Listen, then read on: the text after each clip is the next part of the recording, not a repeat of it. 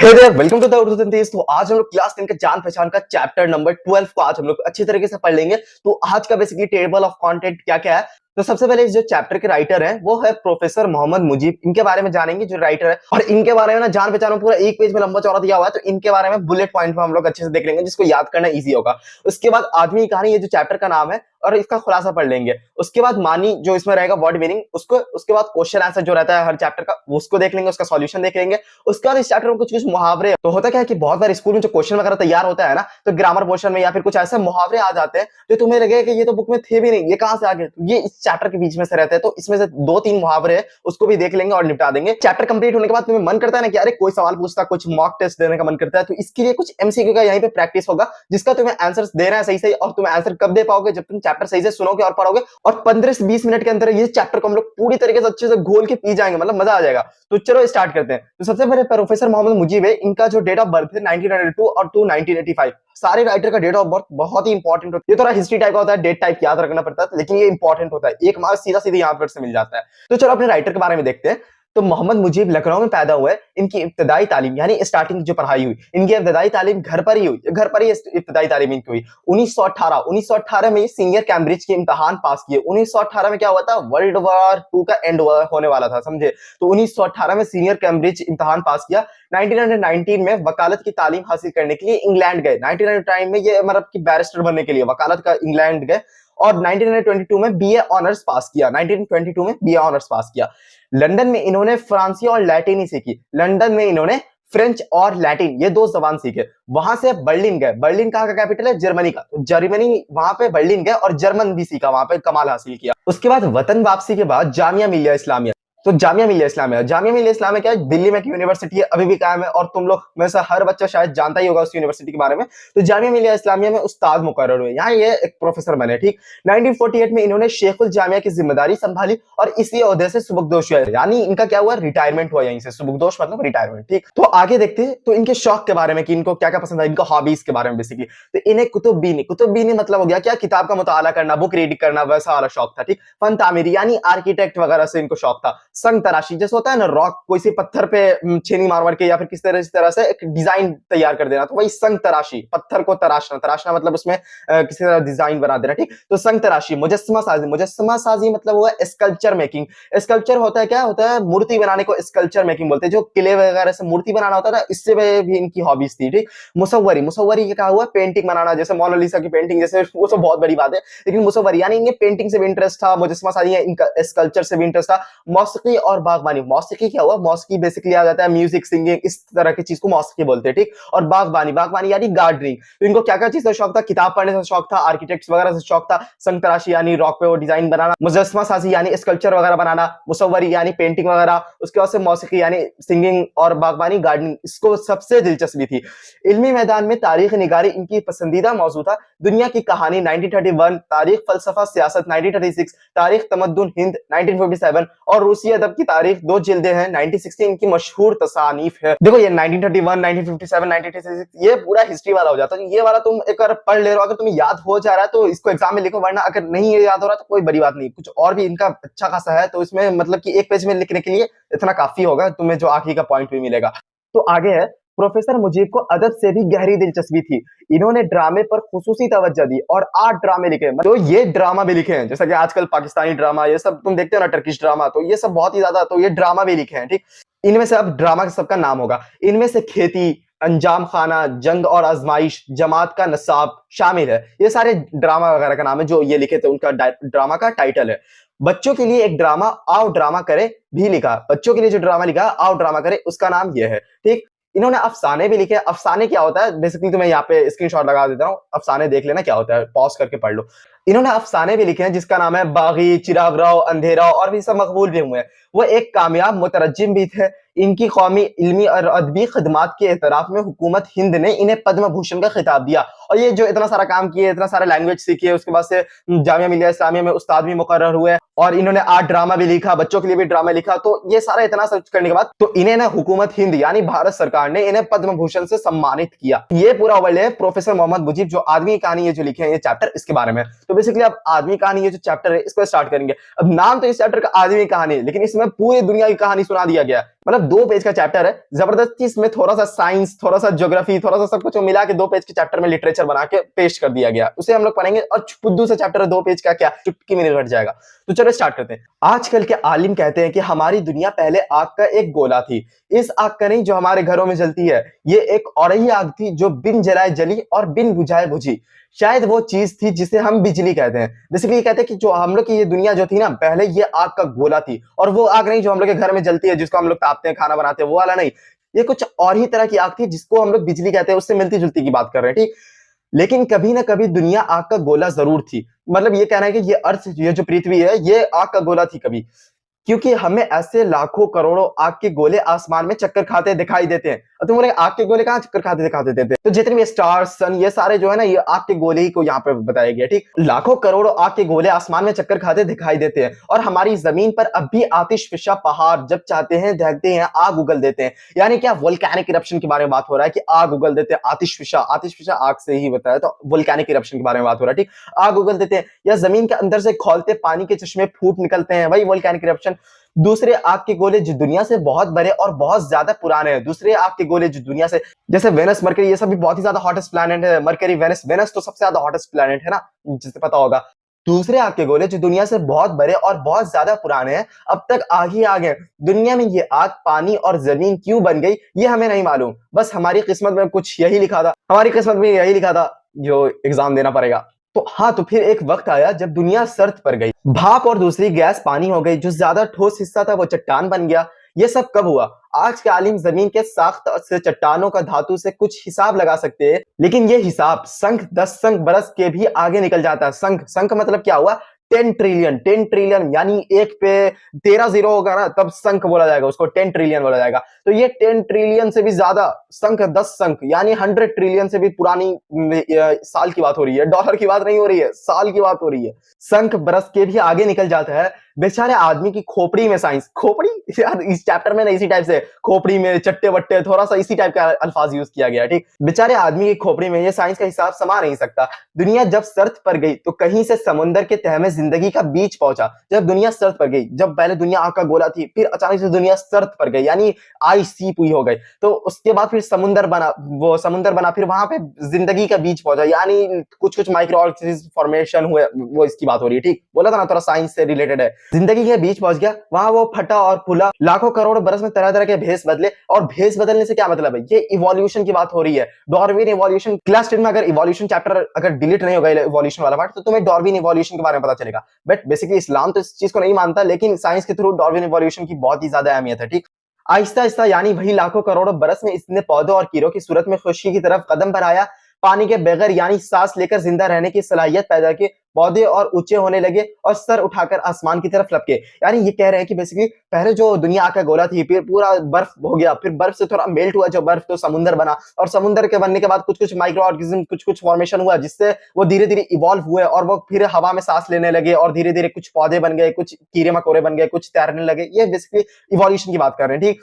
तो आगे जो कीड़े थे वो मछली बनकर तैरे, उथले पानी में पांव के बल चले, खुश्क जमीन पर रेंगना शुरू किया, हवा में परिंद बनकर उड़े, चौपायों का रूप लेकर दौड़ने लगे। कहते हैं कि उथले पानी और खुश्की जिंदगी ने जो ये इब्तदाई शक्लें पाई वो बड़ी भयानक थी। 40 फीट लंबे मगरमच्छ, 20-20 हाथ ऊंचे हाथी, किसी जानवर की गर्दन इतनी लंबी हुआ करती थी उड़ते परिंदों को पकड़े, किसी का मुंह दुम के सर तक 100 फीट से ज्यादा लंबा होगा। इन जानवरों को जो नाम दिए गए वो भी ऐसे भयानक थे, ब्रूंटोसोरस, इक्थियोसोरस, मैक्सिलोसोरस। ये देखो ब्रूंटोसोरस, ये मैक्सिलोसोरस, इक्थियोसोरस, ये सब जो नेम है ये सब पढ़ने में भी दिक्कत हो रहा है, उसको लिखने में तो और भी ज्यादा दिक्कत आएगा। तो अभी तुम कोई रफ कॉपी दो और उसमें ये चीज को देख के 1-2 बार लिखो, तो बेसिकली कभी एग्जाम में अगर इससे रिलेटेड क्वेश्चन भी आ गया ना, तो तुम कुछ गलत सर लिख सको, ऐसा नहीं कि घबरा के तुम वो क्वेश्चन ही छोड़ दो।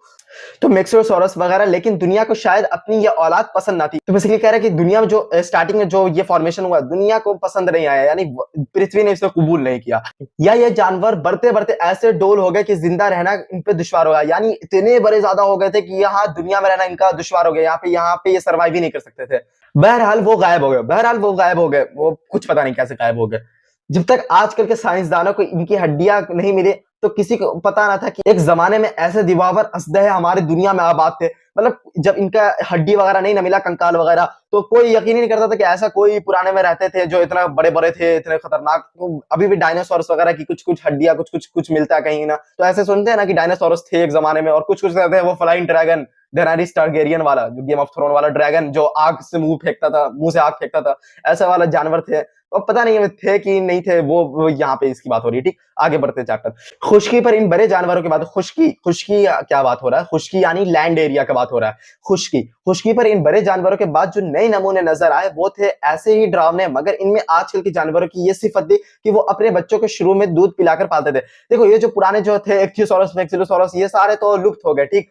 उसके बाद जो न्यू टाइप के जानवर फॉर्म हुए, वो भी उसी टाइप के भयानक थे। लेकिन ये थे क्या कि आजकल अपने बच्चे को ना दूध पिलाते थे। वो पहले के तो वो अपने आप इवॉल्व होता था, कुछ होता था, लेकिन ये है अपने बच्चे को दूध पिलाते थे। ऐसे जानवर पहले किस्म के जानवर से ज्यादा सख्त जान निकले और दुनिया की मुसीबतों को झेल ले गए। सख्त जान यानी इनकी इम्यूनिटी स्ट्रांग थी। मतलब दुनिया में जो तरह से चेंज हुआ, मौसम हुआ, तो वो सारे चीज को अडेप्ट करते गए और उस इन्वायरमेंट में रहना सीख गए। तो ये ज्यादा सख्त जान थे, ठीक? फिर भी इनकी बहुत सी किस्में मर मिटी, और फिर भी बहुत सारे जो थे कि सर्वाइव नहीं कर पाए, मर मिटे। और जो बाकी बचे, इनके जिस्मों में भी ऐसी तब्दीलियां होती रही कि वो मौसम की तख्तियों को अच्छी तरह बर्दाश्त कर सके और दूसरे जानवरों से अपनी जान भी बचा सके। तो अब धीरे-धीरे जो भी लोग बच भी गए ना, उसमें भी ऐसा इवोल्यूशन होता गया कि वो एडेप्टेशन को करते, इवोल्यूशन ऐसा होता गया कि वो दुनिया की इस एनवायरनमेंट को अडेप्ट कर सके, इसलिए इवॉल्व होते गए। और वो डे बाय डे जो पुरानी शक्ल थी, उससे बहुत ही ज्यादा चेंज हो गए। इस तरह की तरक्की करते-करते जानवरों की एक किस्म ऐसी शक्ल पाई होगी जो आदमियों की शक्ल से कुछ मिलती है। और ये कह रहे हैं कि यही जानवर से कुछ-कुछ इवोल्यूशन होते-होते ना इंसान का फॉर्मेशन हुआ, जो आज हम लोग आप पास में बात कर रहे हैं। और यही बेसिकली डार्विन इवोल्यूशन की कहानी है। बट कुरान के अकॉर्डिंग आदम अलैहिस्सलाम जो थे वो तो पूरे इंसान की शक्ल में थे और भी हुआ। तो ऐसा कुछ ये इस्लाम के अकॉर्डिंग नहीं मिलता, बट डार्विन इवोल्यूशन है कि ऐसा इवॉल्व होता गया। पहले हम लोग जानवर थे, मंकी थे, फिर धीरे-धीरे हम लोग ऐसे इंसान बने। तो अब ये चैप्टर की बात करते हैं, ज्यादा हम लोग हिस्ट्री में नहीं जाते। तो ऐसी शक्ल पाई होगी जो आदमी की शक्ल से कुछ मिलती होगी। जानवरों के इस ऐसे किस्म का आसानी से बिन मांस कह सकते हैं कि इन बिन मांसों में 4 पैरों की जगह 2 पैरों से चलना सीखा और अगले 2 पैरों से पकड़ना, उठाना, फेंकना का काम लेने लगा। यानी नीचे के 2 पैर से चलना सीखा और आगे से ये जैसे कि हम बोतल उठा रहे हैं, इस तरह से ये करना सीखा, ठीक? आगे है कुदरत ने इनकी मदद की, यानी नेचर ने इनकी मदद की, और इनके अगले 2 पैर पंजों की तरह हो गए, यानी पंजो, ये पंजा हुआ ना, पंजों की तरह हो गए। इनकी ज़बान भी कुछ खुल गई और वो दूसरे जानवरों से बहुत ज़्यादा होशियार हो गए। ये सब मतलब कि वो दूसरे जितना भी है ना, इंसान अशरफुल मखलूकात है, यानी जितनी भी दुनिया में मखलूक है, इंसान, जिन, परिंद, उस सब में जो सबसे ज़्यादा इंटेलिजेंट क्रिएचर है ना, वो ह्यूमन बीइंग है। तो इसी बारे में कि वो सारे वो जितने भी एनिमल्स थे, उस सब में सबसे ज़्यादा होशियार हो गए। ये सब हजारों बरस में हुआ और फिर कहते हैं कि दुनिया की आबो-हवा बदली। वो ऐसी ठंडी पड़ी कि इसका बहुत सा हिस्सा बर्फिस्तान हो गया। यानी जो अभी भी Antarctica, north pole, south pole है, वो भी अभी भी बर्फिस्तान है, तो वो बर्फिस्तान हो गया। और बर्फ से खिसकते फिसलते पहाड़ों ने सब कुछ अपने तले रोन डाला और बर्फ एक पहाड़ बन गया और उसको दुनिया जो थी उसको अपने अंदर रोन डाला, यानी तले, तले यानी नीचे। पहाड़ों के तले रोन डाला। फिर गर्मी आहिस्ता-आहिस्ता बढ़ी और फिर धीरे-धीरे गर्मी बढ़ी।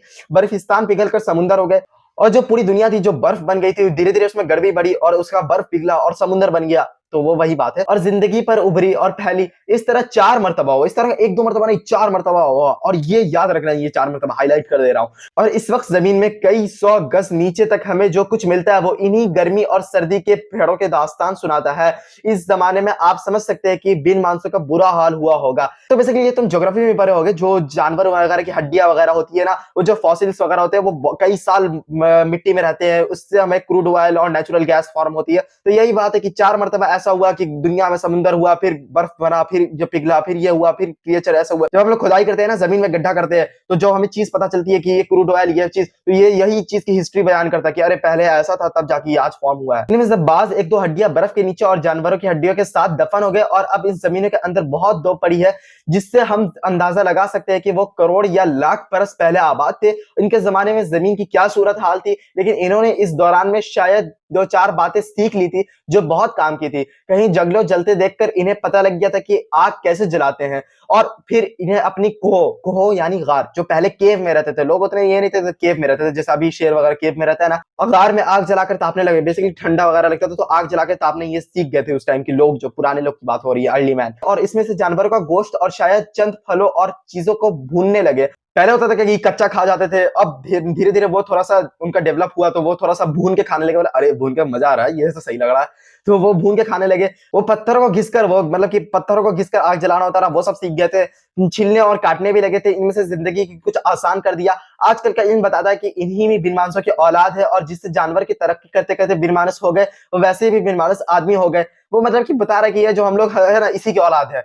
लेकिन आज के इल्म बिन मानसों के इस ऐसे किस्म से हमारा रिश्ता नहीं जोड़ता। लेकिन आज का जो इल्म है ना, आज का साइंस, ये जो पुराने ये जो ट्रेड्स बता रहे हैं, इससे हमारा रिश्ता नहीं जोड़ता। फिर आगे लिखा है तो हम एक ही थैली के चट्टे बट्टे। एक ही थैली के चट्टे बट्टे यानी मतलब कि एक ही थैली के चट्टे बट्टे, समझ रहे हो ना? ये तो आप इसको क्या बताएं, इसका वर्ड मीनिंग है, शायद वर्ड मीनिंग में देख लेंगे। एक ही थैली के चट्टे बट्टे, लेकिन इस खास नमूने पर बने हैं, इसकी पहली मिसालें अभी तक नहीं मिली, और इसकी पहली मिसालें जो इससे हम लोग फॉर्म हुए हैं, मतलब आदम अलैहिस्सलाम की बात हो रही है, इसकी पहली मिसालें आज तक नहीं मिली, और कैसे मिलेगी भाई? तो ये चैप्टर के जो राइटर है प्रोफेसर मोहम्मद मुजीब, ये याद है तुम्हें? तो ये चैप्टर पढ़ते पढ़ते इतना ज्यादा हो गया, तो अब कहीं इस चैप्टर का खुलासा लिखने के लिए आ जाए। तो खुलासा हम लोग कैसे लिखेंगे? तो खुलासा लिख के लाया हूं, सिंपली इसको पढ़ो, थोड़ा सा आइडिया लगाओ और तुम खुद ही लिख लोगे। क्योंकि उर्दू में ना, जैसे इंग्लिश में होता है ना कि मुझे समझ तो आ गया ये चैप्टर, लेकिन सेंटेंस फ्रेम नहीं हो पा रहा, इससे लिखे कैसे? उर्दू में ऐसा कुछ नहीं है, समझ में आ गया मतलब कि तुम सेंटेंस फ्रेम कर ही लोगे, बस उर्दू लिखने आना चाहिए। तो चलो ये एक बार पढ़ देता हूं, जिससे तुम्हें सुन के भी समझ में आ जाए, ठीक? तो चलो पढ़ना स्टार्ट करते हैं। इस सबक में बताया गया कि हमारी दुनिया पहले आग का एक गोला थी। ये एक ऐसी आग थी जो बिन जलाए जली और बिन बुझाए बुझ गई। लाखों करोड़ों आग के गोले आसमान में चक्कर खाते दिखाई देते हैं, और हमारी जमीन पर अब भी आतिशफिशा पहाड़ जब चाहे हमें दहकती आग उगल कर रहे हैं। जमीन के अंदर से खौलते पानी के चश्मे फूट कर निकलते हैं। दूसरी आग के गोले जो दुनिया से बहुत बड़े हैं और बहुत ज्यादा पुराने हैं, अब तक आग ही आग है। दुनिया में ये आग पानी और जमीन खोल बन गई। फिर एक वक्त आया जब दुनिया शर्त पर गई, तो कहीं समंदर के तह से जिंदगी तक बीच पहुंचा, वहां वो फटा और फूला। लाखों करोड़ों बरस में तरह तरह की भेस बदले। आहिस्ता आहिस्ता इसने पौधों और कीड़ों की सूरत में खुश्की की तरफ कदम बढ़ाया, यानी लैंड की तरफ कदम बढ़ाया। पानी के बगैर सांस लेकर जिंदा रहने की सलाहियत पैदा की, यानी सलाहियत कुव्वत पैदा की। पौधे ऊंचे होने लगे, कुछ कीड़े मछली बनकर तैरे, कुछ परिंद बनकर उड़े, कुछ चौपाया के रूप लेकर खुश्की पर दौड़ने लगे। पानी और खुश्की में जिंदगी ने जो ये इब्तिदाई शक्लें पाई, वो बड़ी भयानक थी। 40 फीट लंबे मगरमच्छ, 20-20 हाथ ऊंचे हाथी, किसी जानवर की गर्दन इतनी लंबे हुआ करते कि उड़ते परिंदे को पकड़े। इन जानवरों का जो नाम दिए गए थे वो भी बड़े भयानक थे। ये जो जानवर बढ़ते बढ़ते ऐसे बेडौल हो गए कि जिंदा रहना दुश्वार हो गया। खुश्की पर इन बड़े जानवरों के बाद जो नए नमूने नजर आए, वो भी थे ऐसे ही डरावने, मगर इनमें आजकल के जानवरों की ये सिफत थी कि वो अपने बच्चों को शुरू में दूध पिलाते थे। तरक्की करते जानवरों की एक ऐसी किस्म, ऐसी शक्ल पाई होगी जो आदमियों से कुछ मिलती होगी। ये सब हजारों बरस में हुआ। आजकल का इल्म हमें बताता है कि इन्हीं बिन मानसों की औलाद जो जैसे जैसे जानवर तरक्की करते करते बिन मानस हो गए, वो वैसे ही बिन मानस आदमी हो गए। आज का इल्म बिन मानस के किसी एक किस्म से हमारा रिश्ता नहीं जोड़ता। हम जिस खास नमूने पर बने, उसकी पहली मिसालें अभी तक नहीं मिली। तो ये था पूरे तुम्हारे चैप्टर का खुलासा, जिसे मैं रेडियो ऑन की तरह पूरा पढ़ दिया हूँ, जो लिखा हुआ था। जिसे मतलब कि होता ना कि आदमी ध्यान भी नहीं देता लेकिन सुनता रहता है, तो उससे भी लिखने में होता, तो इसलिए मैं एक बार पढ़ देता हूँ। वो लिखा हुआ तो तुम भी पास करके पढ़ सकते हो, लेकिन इसलिए मैं एक बार तुम्हें हो जाए कि तुम्हें भी समझ में आए, इसलिए पढ़ देता हूँ। इसके साथ जो तुम्हारे चैप्टर का खुलासा वाला पार्ट था वो कंप्लीट हो गया। अब जो हमारा गौर कीजिए चैप्टर में दिया रहता है, मतलब कि मोरल ऑफ द लेसन जो होता है, तो ये चलो पढ़ते हैं। ये है, हमारी दुनिया एकदम नहीं बन गई। हमारी दुनिया एकदम नहीं बन गई, बल्कि इसके बनने में खासा वक्त लगा, और ये दर्जा बदर्जा अपनी तकमील को पहुंची। ये दुनिया इंसान और हैवान सभी के लिए बनाई गई है। सभी जानदारों के जीने का हक हासिल है। ये बेसिकली इस चैप्टर का जो गौर कीजिए, जिसे मैं पढ़ दिया हूँ, समझ में आ ही गया होगा। उसके बाद जो मुश्किल अल्फाज के मानी, यानी वर्ड मीनिंग जो होते हैं चैप्टर के, उसको पढ़ते हैं। तो सबसे पहला हमारा वर्ड मीनिंग होगा वो है आतिशफिशा। आतिशफिशा मतलब आग उगलने वाला। आतिशफिशा दो दो तीन तीन मरतबा आया है चैप्टर में, तो आतिशफिशा मतलब आग उगलने वाला। साख्त, साख्त मतलब बनावट। संख, संख यानी 100 खरब, 10 ट्रिलियन। उसके बाद से खोपड़ी में ना समाना, यानी समझ में ना आना, खोपड़ी में ना, खोपड़ी तोड़ सालेगा, वही खोपड़ी में ना समाना। सिफत, सिफत यानी खासियत, इसकी खुसूसियत क्या है, सिफत, सिफत। इसके बाद है सख्त जान। सख्त जान यानी तकलीफ बर्दाश्त करने वाला, यानी स्ट्रांग, जो जिसकी इम्यूनिटी स्ट्रांग थी, जो अपने अंदर जो सरवाइव कर पाया, उसको सख्त जान बोले ना, तो सख्त जान। तले, तले मतलब नीचे, मतलब पैरों तले रोन डालना, यानी नीचे। उसके बाद रोन डालना, रोन डालना यानी कुचल डालना। उसके बाद जो दास्तान, दास्तान बोलते हैं लंबी कहानी को दास्तान। अरे यार क्या दास्तान सुना रहा है, ये एक फिक्शन स्टोरी को बोलते हैं दास्तान, ठीक। खो, खो मतलब गार होता है, ये उसी टाइम बता दिया था। एक ही थैली के चट्टे बट्टे होना, इसका मीनिंग देखना था ना।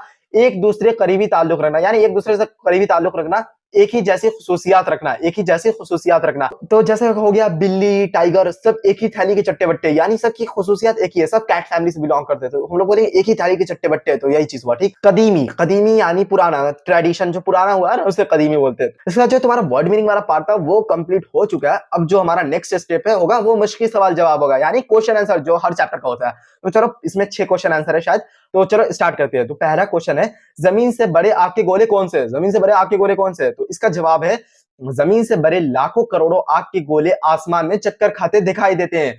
चमकते हुए तारे और सूरज ऐसे ही आग के गोले। तो ये चीज तो मैं बचपन से बता रहा था कि स्टार जो होते हैं वो सबसे ऊंचे पे होते हैं और वो धरती से कितने ज्यादा बड़े होते हैं, और सूरज होते हैं। तो वही चीज को, इसको सेंटेंस फ्रेमिंग कहते हैं। सेंटेंस फ्रेम ऐसे करना है, एक बार पढ़ लोगे ना तो अंदाजा हो जाएगा कि एग्जाम में कैसे लिखना है। अब क्वेश्चन नंबर 2 की बात करते हैं। जमीन की बराबर से जमीन की उम्र का अंदाजा किस तरह लगाया जा सकता है? हाँ भाई, जमीन का अंदाजा कैसे लगाया जा सकता है? तो ये इसका आंसर क्या होगा, जब दुनिया सर्द पर गई तो जो ज्यादा ठोस हिस्सा था, यानी जो सख्त हिस्सा था, वो चट्टान बन गया। साइंसदान चट्टानों और धातु से हिसाब लगा सकते हैं कि जमीन की उम्र क्या थी। वो जो साइंस होते हैं ना, क्या बोलते हैं जो रॉक वगैरह का, ये जियोलॉजिस्ट या क्या बोलते हैं, कुछ बोलते हैं, गलत बोल रहा हूँ शायद।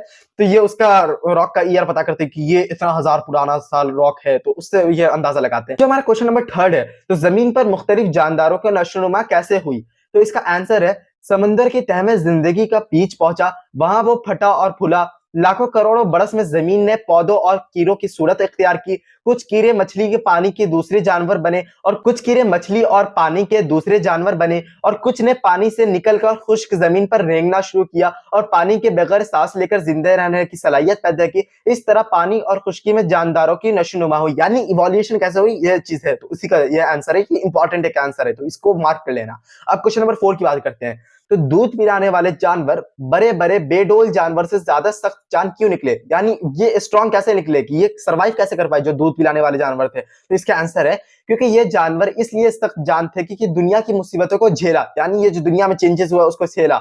इनके जिस्मों में ऐसी तब्दीलियां होती रही कि वो मौसम की सख्तियों को अच्छी तरह बर्दाश्त कर सकते, यानी इनके बॉडी इस तरह से अडेप्टेशन होता गया कि वो उस जो इन्वायरमेंट था उसको अडेप्ट कर सके, जिसमें वो मर ना जाए, मौसम की सख्तियों को अच्छी तरह बर्दाश्त कर सके और दूसरे जानवरों से अपनी जान भी बचा सके। अब क्वेश्चन नंबर 5 की बात करते हैं। जमीन के बर्फिस्तान बन जाने पर जानदारों का क्या हाल हुआ? जमीन के बर्फिस्तान बन जाने पर जानदारों का क्या हाल हुआ? तो इसका आंसर है, जमीन के बर्फिस्तान बन जाने से जानदारों का बुरा हाल हो गया और वो बर्फ में दबकर मर गए। इनमें से कुछ की हड्डियां दूसरे जानवरों की हड्डियों के साथ दफन हो गई और अब जमीन के अंदर बहुत दो पड़ी है, मतलब बहुत दूर जमीन के अंदर कहीं तह में पड़ी है, ठीक। क्वेश्चन नंबर 6 की बात करते हैं। तो आग जलाना सीखने के बाद इंसानी जिंदगी में क्या तब्दीलियां हुई? जो आग जलाना सीख गए थे ना, वो पत्थर से रगड़ना, तो उसके बाद क्या तब्दीलियां हुई, क्या चेंजेस हुआ लाइफ में? तो इसका आंसर है, इंसान आग जलाकर सर्द मौसम से बचने के लिए खुद को तापने लगे, जानवरों का गोश्त और शायद चंद फलों और चीजों को भूनने भी लगे, मतलब भून के खाने लगे थे, वो बताया था ना, टेस्ट मिलने लगा था भून के। अब इसके साथ तुम्हारा जो क्वेश्चन आंसर वाला पार्ट था वो कंप्लीटली एंड हो गया। अब जो तुम्हारे जो चैप्टर में मुहावरे वाला बताया था ना, तो चलो मुहावरे का इस्तेमाल देखते हैं। तो पहला मुहावरा जो तुम्हारे बुक में दिया गया है तो उसका है, खोपड़ी में ना समाना। भाई फिर खोपड़ी आ गया। तो इसका जो इस्तेमाल लिखोगे वो कैसे, बेसिकली तुम कुछ और भी लिख सकते हो, लेकिन यहाँ पे सीधा सीधा आंसर लिख दिया हूं, बेवकूफ आदमी और कितना समझाओ इसकी खोपड़ी में नहीं समाती। किसकी बात हो रही है? अब क्वेश्चन नंबर 2 की बात करते हैं। एक ही थैली के चट्टे बट्टे होना, यानी एक ही थैली के चट्टे होना, तो यह चोर, उचक्के, डाकू, धोखेबाज सब एक ही थैली के चट्टे बट्टे, यानी सबका एक ही तरह के हैं, तो एक ही थैली के चट्टे बट्टे यहाँ पे समझ में आ रहा है। अब थर्ड जो है, फेस बदलना, तो भेस बदलना, भेस बदलकर कुछ देर के लिए ये धोखा दिया जा सकता है, हमेशा के लिए नहीं। भेस बदलकर कुछ देर के लिए धोखा दिया जा सकता है, हमेशा के लिए नहीं। समझ रहे हो? ये एक सेंटेंस बस तुम्हें लिख देना यार, कुछ भी रहेगा ना उसका मतलब, कि अगर तुम इस मुहावरे का मतलब जानते हो ना, तो बेसिकली मुहावरे में जो तुम होता है ना, मुहावरे का अगर मतलब तुम जानते हो ना कि क्या हो रहा है, तो तुम कुछ भी सेंटेंस लिख सकते हो। अब भेस बदलने से अगर तुम लिखो भेस बदल कर टीचर आए पढ़ाने के लिए, तो ये कोई सेंटेंस सही से नहीं हो रहा। तुम कुछ भी सही सा जेन्युइन सा सेंटेंस फ्रेम कर सकते हो जो तुम्हारे कंप्लीटली सही होगा वो चीज। तो इसके साथ तुम्हारा मुहावरे वाला पार्ट एंड हो गया। अब जो तुम्हारा मजेदार पार्ट आ गया कि एमसीक्यू का प्रैक्टिस, देखते हैं चैप्टर कितना दमदार तरीके से तुम समझ आया है तुमको। चलो देखते हैं। तो पहला क्वेश्चन तुम्हारे कंप्यूटर स्क्रीन पे ये रहा। तो पहला, दुनिया जब शर्त पर गई तो क्या हुआ? दुनिया जब शर्त पर गई तो क्या हुआ सज्जन? तो पहला ऑप्शन है भाप और दूसरी गैस पानी हो गई। ऑप्शन बी है समुद्र की तह में जिंदगी का बीज पहुंचा, और ऑप्शन सी है बर्फिस्तान पिघलकर समुद्र हो गए। दुनिया जब शर्त पर गई तो क्या हुआ? देखो दुनिया जब शर्त पड़ गई तो क्या हुआ, तो बर्फिस्तान पिघलकर समुद्र हो गई, ये तो थोड़ा सा सेंस नहीं बना रहा, तो ये एलिमिनेट हो गया। अब भाप और दूसरी गैस पानी हो गई, ये नहीं। चैप्टर तुम सही से सुन रहे होगा तो तुम्हें समझ में आया होगा, दुनिया जब शर्त पड़ गई तो समुद्र की तह में जिंदगी का बीच पहुंचा, ये चैप्टर के बीच में से डायरेक्ट लिखा हुआ है, बस तुम्हें इसका ऑप्शन बी होगा सही आंसर है। तुमने सही दिया कि नहीं देख लेना। अब क्वेश्चन नंबर 2 है जो हमारा राइटर से रिलेटेड है, तो प्रोफेसर मोहम्मद मुजीब ने बच्चों के लिए कौन सा ड्रामा लिखा। देखो 8 ड्रामे लिखे थे शायद, तो प्रोफेसर मोहम्मद मुजीब ने बच्चों के लिए कौन सा ड्रामा लिखा। पहला खाना जंगी, खाना जंगी एक ड्रामा था, वो बच्चों के लिए लिखा था। बी है कीमियागर, कीमियागर लिखा था। और सी है आओ ड्रामा करे। तो क्या लग रहा है तुम्हें, क्या कौन सा होगा। देखो खाना जंगी था ना, ये एक नॉर्मल ड्रामा लिखे थे, वो जो बच्चों के लिए जो स्पेसिफिक ड्रामा लिखे थे ना, वो आओ ड्रामा करे, उसे इन्वर्टेड कॉमा में भी लिखा हुआ था, तो आओ ड्रामा करे, इसका ऑप्शन सी होगा आंसर। अब क्वेश्चन नंबर 3 की तरफ हम लोग शिफ्ट करते हैं। तो क्वेश्चन नंबर 3 है, प्रोफेसर मोहम्मद मुजीब ने लंदन में कितनी जबानें सीखे। देखो तुम्हें पता होगा फ्रेंच, लैटिन, जर्मन और क्या क्या सीखे थे, वो लंदन में जाके वो वकालत भी किए थे। तो जबान कौन कौन सी सीखी थी लंदन में जाके, तो जबान कितनी जबान सीखी थी, तो 1 सीखी थी, 4 सीखी थी, 2 सीखी थी। तो देखो एक जबान तो नहीं, ये 3-4 तो मैं यहीं पे बता दिया हूं, 4 नहीं 2 सीखी थी लंदन में। देखो तीसरी जो जर्मन थी ना, जर्मन लैंग्वेज वो बर्लिन में सीखे थे, तो वो जर्मनी हो गया। लंदन में ये बेसिकली फ्रेंच और लैटिन 2 जबान सीखे थे, तो इसका ऑप्शन सी होगा आंसर। क्वेश्चन नंबर 4 जो तुम्हारे चैप्टर में भी आया था और इसका मीनिंग तुम्हें पता होना बहुत इंपॉर्टेंट है। सलाहियत का मानी क्या है, सलाहियत जो समझ में भी आ रहा होगा सलाहियत, तो इसका मानी क्या है। ऑप्शन ए इल्मो अदब, ऑप्शन बी है लियाकत समझ, ऑप्शन सी है ऊंचा बड़ा। तो इसका ऑप्शन क्या होगा, इसका सही आंसर क्या होगा। इल्मो अदब होगा, ऊंचा बड़ा होगा। तो सलाहियत का मतलब जो होगा ना, मीनिंग जो होगा उसका मतलब होगा लियाकत समझ, ऑप्शन बी होगा इसका आंसर। और इसका आंसर तुमने सही दिया था नहीं, तुम खुद से सोचो यार, मुझे क्या पता रहेगा। और आज का ये लास्ट एमसीक्यू है जिसका आंसर तुम्हें देना है। 40 फीट लंबे कौन से जानवर थे। देखो 40 फीट लंबे का 2 बार जिक्र किया था मैं, तो 40 फीट लंबे कौन से जानवर थे। मगरमच्छ थे 40 फीट लंबे, इक्थियोसॉरस थे 40 फीट लंबे, या हाथी थे 40 फीट लंबे। देखो अगर तुम चैप्टर बढ़िया से सुने होगे ना, इक्थियोसॉरस पुराने जानवर सबका नाम था, ठीक, और हाथी थे ना, वो हाथी में 20-20 हाथ का बात हुआ था, लेकिन मगरमच्छ थे ना वो 40 फीट लंबे। तो इसका ऑप्शन ए होगा आंसर, ऑप्शन ए। तो इसी का जो तुम्हारे एमसीक्यू का जो आंसर है, फर्स्ट का बी है, सेकंड का सी है, थर्ड का सी है, एंड फोर्थ का बी, एंड फिफ्थ का ए। तो ये देखो तुमने सही दिया कि नहीं दिया, यहाँ पे एक जगह पे लिख के लिए आया हूं। तो इसके साथ तुम्हारा चैप्टर एंड होता है। और तुम्हें कमेंट करके जरूर बताना कि तुम किस शहर से ये वीडियो देख रहे हो। तो शहर से पता रहेगा ना भाई कि कहां से मेरी वीडियो देखी जा रही है, मुझे पता चलेगा। और ये तो मेरे आउट ऑफ स्टेट से भी वीडियो देखी जा रही है, तो मुझे खुशी मिलेगी यार। कमेंट करके जरूर बताना कि कहां से वीडियो देख रहे हो और तुम्हारे स्कूल में क्या चल रहा है, कैसे चल रहा है। चैनल को सब्सक्राइब नहीं किया तो कर लेना, अपने फ्रेंड के साथ जरूर शेयर कर देना इस चैनल। किसी को भी कोई भी डाउट होगा, कुछ भी होगा तो डीएम कर देना इंस्टाग्राम पे। अभी भी जो लोग होते हैं पूछते हैं मुझसे इंस्टाग्राम पे, तो जो लोग भी डीएम करते हैं मैं उसका रिप्लाई करता हूं, तो डीएम कर देना अगर कोई भी क्वेश्चन होगा तुम्हारे दिमाग में, तो इंस्टाग्राम विजिट कर लेना। अब प्लेलिस्ट के अकॉर्डिंग मिलेंगे हम लोग नेक्स्ट चैप्टर में। तो चलो तब तक के लिए टाटा बाय बाय, अल्लाह हाफिज।